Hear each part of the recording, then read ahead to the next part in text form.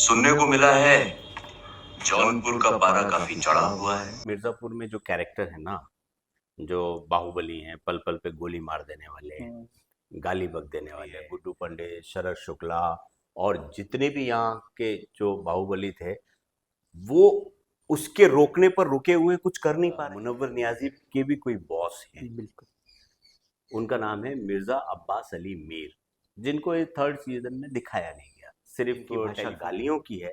जैसे हमारे यहाँ चंबल में तो गाली का मतलब हेल्पिंग वर्ब की तरह इस्तेमाल करते हैं हेल्पिंग हमारे वर्ब। गाली को। बिल्कुल। बात होगी भौकाल की, बवाल की। ये डायलॉग सुनकर आपको मिर्ज़ापुर की याद तो आ ही गई होगी। हम बात कर रहे हैं मिर्ज़ापुर के सीज़न 3 की, जिसमें एक किरदार जिसने खूब सुर्खियाँ बटोरी, पश्चिम का पहरेदार। आपने आजकल रीलों में देख ही लिया होगा कि पश्चिम का पहरेदार करके एक किरदार बड़े हैं, जो कभी गुड्डू पंडित और शरद शुक्ला के बीच में सुलह वार्ता कराते हैं, तो कभी भय मुक्त प्रदेश का हवाला देते हुए मिर्ज़ापुर की गद्दी लपेटने के चक्कर में। किरदार हमारे साथ मौजूद हैं ग्वालियर के अयाज खान साहब। अयाज सर, पहले तो आपका बहुत बहुत स्वागत है ग्वालियर ब्रेकिंग पर। नमस्कार। जब बात शुरू हो रही है तो बात शुरुआत से ही शुरू होगी। कैसे मिर्ज़ापुर तो एक अभी आप आए बाहर लोगों में पहचान, मतलब क्योंकि आप बहुत समय से इस फील्ड में काम कर रहे हैं। शुरुआत कैसे हुई इस क्षेत्र में जाने की? मुझे लगता है कि शुरुआत वैसे ही हुई जैसे किसी भी नए रंगकर्मी की या किसी भी एक्टिंग में रुचि रखने वाले किसी भी विद्यार्थी की होती है। सबसे पहले हमारे जब मैं स्टार्टिंग में दूरदर्शन हुआ करता था, तो टीवी सीरियल्स उसमें आते थे, तो उनको देखकर मैं बड़ा इम्प्रेस होता था। मुझे लगता था जैसे बुनियाद, हम लोग, नुक्कड़, इस तरीके की सीरियल्स आते थे। तो मुझे हमेशा ये लगता था कि मुझे भी ऐसा कुछ करना है, ये अच्छा अच्छा लगता है कुछ। लेकिन फिर ग्वालियर में मैंने खोज की, तो मैंने कला मंदिर का एक नाटक नवकुमार बागची साहब उठा रहे थे। अशोक संगत जी का लिखा हुआ नाटक था पुत्र यज्ञ। तो उस नाटक में मेरी पहली भूमिका थी। अच्छा, पहले तो इंस्टीट्यूट में यही लगता है ना हाँ। कि अब हम एक्टर बन गए हैं, अब जाते ही हमें ये काम एक मिलेगा, काम ये मिलेगा, काम मिलेगा, बम्बई में हम जाएंगे तो हमारा हमको इंतजार हो रहा है इंतजार हो रहा है। बम्बई। लेकिन ऐसा कुछ होता नहीं है। आपने केवल इंस्टीट्यूट में एक बेसिक ट्रेनिंग ली होती है, लेकिन आपको अपने आप को एक्सप्लोर करने के लिए अभी सोसाइटी को ऑब्जर्व करना था, सारे चरित्रों पर काम बिल्कुल। करना था। अब तो काफ़ी लंबा संघर्ष जो है मिर्ज़ापुर में जो निखर के आया है, अब ये काफ़ी पीछे का लंबा संघर्ष रहा है अब तक का। बिल्कुल 25 साल का है ये मेरा। मुझे थिएटर में मज़ा आता था और मैं सीढ़ी दर सीढ़ी थिएटर में ही बढ़ रहा था। हम्म। साहित्य कला परिषद, उसके बाद में फिर वहाँ से मैं ग्वालियर आया, ग्वालियर में परिवर्तन समूह बनाया। बहुत सारे कुछ आर्टिस्टों को हमने जोड़ा, नए बच्चों को जोड़ा, उनको ट्रेनिंग दी। और हमने यहाँ पर करीब 10 से 12 साल हमने परिवर्तन समूह में यहाँ काम किया। उसके बाद में श्री राम सेंटर में मैं एज एन एक्टर चला गया। फिर राष्ट्रीय नाट्य विद्यालय रंगमंडल में एज एन एक्टर काम किया। उसके बाद में अभी मैं कोरोना के जस्ट बाद में 2 साल तक हाँ, श्री राम ये बात सेंटर। जो हाँ। अब बात करें, जैसे कि ये बात तो हुई करियर की, लेकिन सबसे हाँ। बड़ा एक्सपोजर जो मिर्ज़ापुर, बिल्कुल। वो कैसे कास्टिंग कैसे हुई? और लोगों में उत्सुकता है ना कि कैसे कास्टिंग हुई हमारे ग्वालियर शहर के, हमारे बीच से जाके एक लोग जो मिर्ज़ापुर मतलब पूरे देश में एक छाए हुए हैं इस समय, तो वो कैसा रहा? अब नहीं, मैं अपने ऑफिस में बैठा हुआ था श्री राम सेंटर में, तो मेरे एक मित्र का फोन आया आ, मेरे पास। तो उन्होंने उसने मुझे बोला कि अयाज, तुम्हारा फोटो जो है कास्टिंग बे से मेरे पास आया है और वो आपका नंबर मांग रहे हैं। तो मैंने नंबर दे दिया है, शायद आपसे कोई वो काम की बात करे। मैंने कहा ठीक है। तो फिर मेरे पास कास्टिंग बे से फ़ोन आया, अभिषेक बनर्जी जी का है कास्टिंग बे। कास्टिंग कर रहे थे। अभिषेक बनर्जी जी ने ही कास्टिंग की है। हम्म। तो उनका फ़ोन आया, तो उन्होंने वहाँ से तो ऐसा ऐसा मुझे बताया कि एक मुनव्वर नियाजी करके एक कैरेक्टर है, उसके लिए हम आपका ऑडिशन चाहते हैं। उन्होंने स्क्रिप्ट दी, मैंने ऑडिशन बना के भेजा 1-2 दिन में, फिर उन्होंने फाइनल कर दिया उसको। बिल्कुल। फिर शूटिंग शेड्यूल आ गया ये वो, फिर हमने और उस तरीके मिर्ज़ापुर से। जैसे कि ये थर्ड सीजन की बात, तो कोविड के जस्ट बाद में ये जो सीजन शूट हुआ था, जो अब जाके रिलीज हुआ है करीब हम्म। 1.5 से 2 साल, हाँ, मतलब डेढ़ सब। डेढ़ पौने 2 साल बाद ये रिलीज हुआ। कैरेक्टर जो मुनव्वर नियाज़ी का कैरेक्टर था, जो पश्चिम के पहरेदार के रूप में था, मतलब एक कैरेक्टर ऐसे शालीन था, जैसे कालीन भैया के बोलने में शालीनता रहती है, वैसे ही मुनव्वर नियाज़ी के कैरेक्टर में थे, क्योंकि इस तरफ गुड्डू शुक्ला गनताने हुए खड़े हुए हैं, गुड्डू पंडित पंडित गनताने खड़े हैं, शरद शुक्ला गनताने खड़े हैं, मुनव्वर नियाज़ी का फोन आता है, थम जाओ, तो वो ऐसे मूवमेंट का मतलब कैसा रहा है इम्प्रेशन?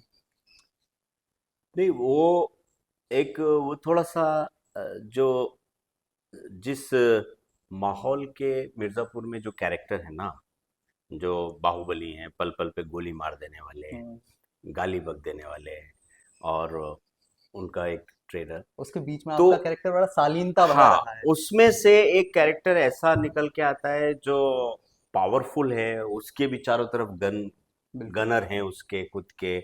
मतलब उसका पावर है कि जो इतने बड़े बड़े पूर्वांचल के बाहुबली हैं, गुड्डू पंडित, शरद शुक्ला, और जितने भी यहाँ के जो बाहुबली थे, वो उसके रोकने पर रुके हुए कुछ कर नहीं पा रहे। तो ये तो उसका पावर है। बिल्कुल।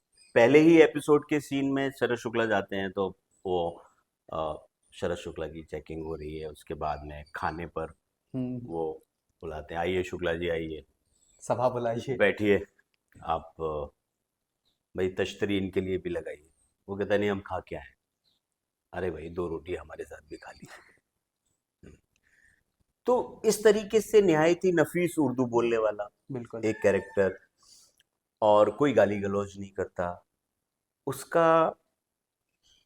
बड़ी शालीनता से वो एक डिप्लोमेटिक तरीके से शरद शुक्ला, गुड्डू पंडित, इन सारे लोगों को रोक करके, मोल्ड करके, और वो चाहता ये था कि पश्चिम का जो पश्चिम का जो है दबदबा वर्चस्व जो है अब पूर्वांचल पर पूर्वांचल पे ऊपर आ बने रहे, हम इसको टेक ओवर कर रहे करें, हैं। यहाँ के किसी आदमी को गद्दी का वारिस वो ना बना बनने करके दिया जाए, डिप्लोमेसी इन दोनों के बीच में चलती बीच में। रहे, और जो है पश्चिम में इसके ऊपर हाँ, कर तो रहे हैं। अलग तरीके का कैरेक्टर था, लीग से हटकर हम्म। कैरेक्टर था।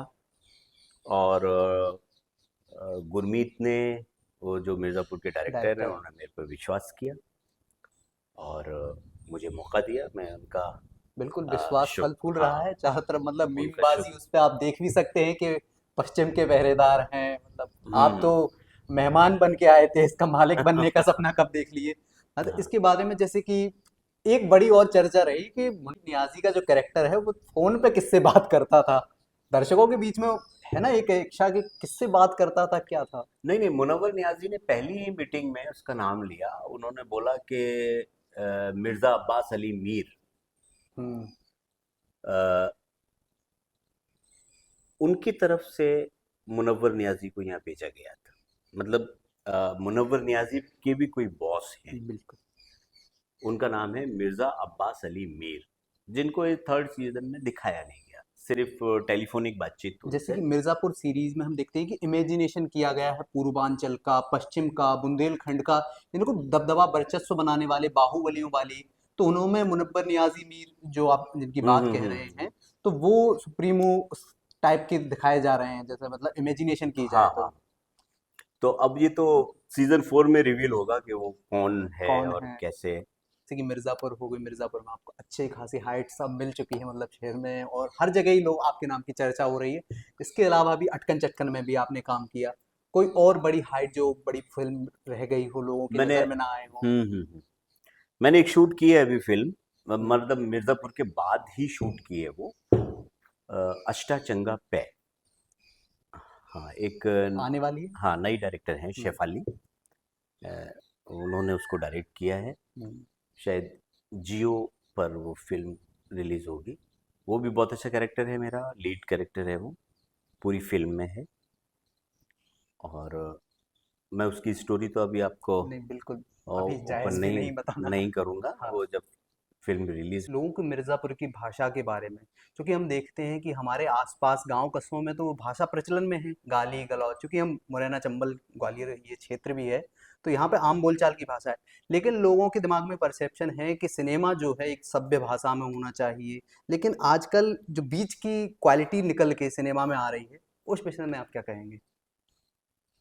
देखिए, भाषा के स्तर पर, तहजीब के स्तर पर, सभ्यता के स्तर पर, जो कुछ भी अच्छा, बुरा, कम अच्छा, कम बुरा, जो कुछ भी है, वो हमारे समाज का ही है, हमारे बीच का ही है। हमारे बीच का ही है।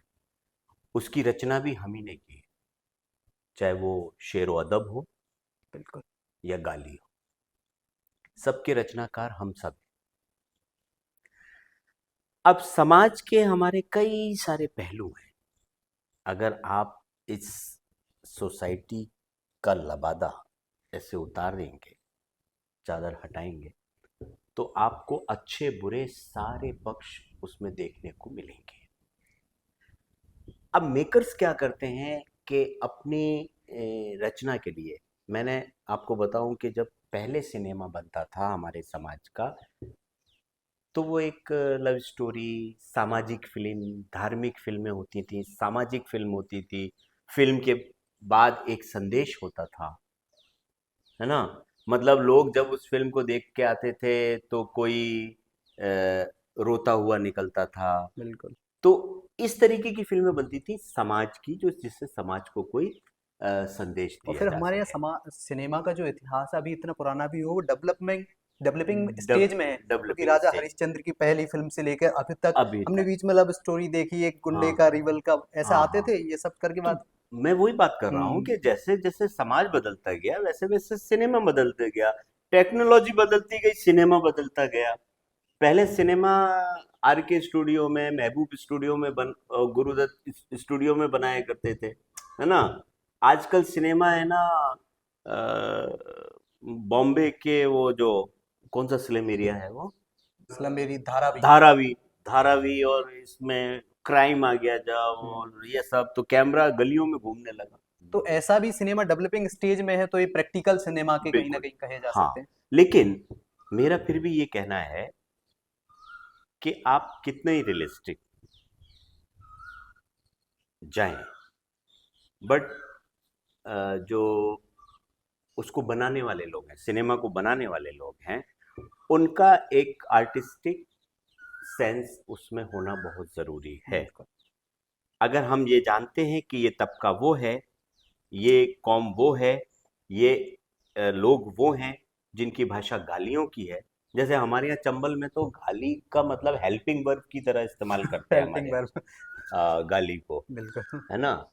चंबल में तो वो पान सिंह तोमर जब जो हम्म। फिल्म आई तो उसमें इरफान खान साहब जो है, और जितने भी, या बैंडिट क्वीन आई, उसमें जो गालियां थी, तो वो उसकी बहुत ज्यादा जरूरत थी उन गालियों की, क्योंकि वो उन नहीं तो वो लोगों के कैरेक्टर बीच से, स्टैब्लिश ही नहीं होते। बिल्कुल उनके बीच में से वो किरदार हाँ निकल के आया है, तो वो जगह दिखाना और हाँ। वो बर्ताव दिखाना जरूरी था। तो जैसे विजय तेंदुलकर के जितने भी नाटक हैं, तेंदुलकर साहब के, उसमें गालियां हैं, लेकिन वो गालियां उन चरित्रों के लिए, उस सिचुएशन के लिए परफेक्ट है। बहुत जरूरी होती हैं। तो ऐसा नहीं है कि गालियां सिर्फ चंबल में दी जाती हैं, हर गालियां तो जगह पूरे दी। हिंदुस्तान में दी जाती हैं, बिल्कुल। और हिंदुस्तान के बाहर भी दी जाती हैं, पूरी दुनिया में गालियां दी जाती हैं लोगों को। लोग बकते हैं, बोलते हैं। तो बात यह है कि आप उन गालियों का उस सिचुएशन में किस तरीके से इस्तेमाल कर रहे हैं। जैसे कि ग्वालियर में कई कलाकार, पीयूष मिश्रा सर हुए, कार्तिक आर्यन रिसेंटली हुए, और आपने भी अभी थिएटर की शुरुआत की है। तो मतलब ये कहीं ना कहीं लोगों का इंटरेस्ट यहाँ बढ़ रहा है, जैसे कि साहित्य कला में तो पहले से भी चल रहा है ग्वालियर में, अब इंटरेस्ट लोगों से बढ़ रहा है क्योंकि फिल्म मेकर्स बाहर से आ रहे हैं, तो इंटरेस्ट एक लॉ लोगों में जग रही है। ऐसे में आपका स्टूडियो कैसे काम कर रहा है, अपने स्टूडियो के बारे में बताएं सर। हाँ, अभी मतलब यहाँ ग्वालियर में ये मैंने दास्तान थिएटर स्टूडियो डाला है, जिस स्टूडियो में आप बैठे हैं, अभी बिल्कुल। इसका काम चल रहा है थोड़ा। अ, अभी कंप्लीट नहीं हुआ है, इस महीने कंप्लीट हो जाएगा। तो ये 60 सीटर है, यहाँ पर हर महीने कंटिन्यू निरंतर रंगमंच होगा, अभी दर्शक कोई हो आएंगे। चुका है का? हाँ, अभी एक त्रिपुरारी शर्मा जी का एक प्ले रेशमी रुमाल करके रेशमी रुमाल। हमने यहाँ मंचित किया था पिछले महीने, और इस महीने हम जाग उठा रायगढ़, जो शिवाजी के जीवन पर अ, आधारित है, वो प्ले हम करने वाले हैं। तो इस इंटरव्यू को जो है यहीं ख़त्म करते हैं। आप देख रहे थे पूरी बातचीत अयाज खान सर के साथ में, जिन्होंने मिर्ज़ापुर के किरदार करने के साथ ही पूरे देश में सुर्खियां बटोर ली हैं। आपको ये पूरी बातचीत कैसी लगी हमें कमेंट करके ज़रूर बताएं, और इसी तरह के वीडियोस देखने के लिए, इंटरव्यूज़ देखने के लिए देखते रहें ग्वालियर ब्रेकिंग। शुक्रिया।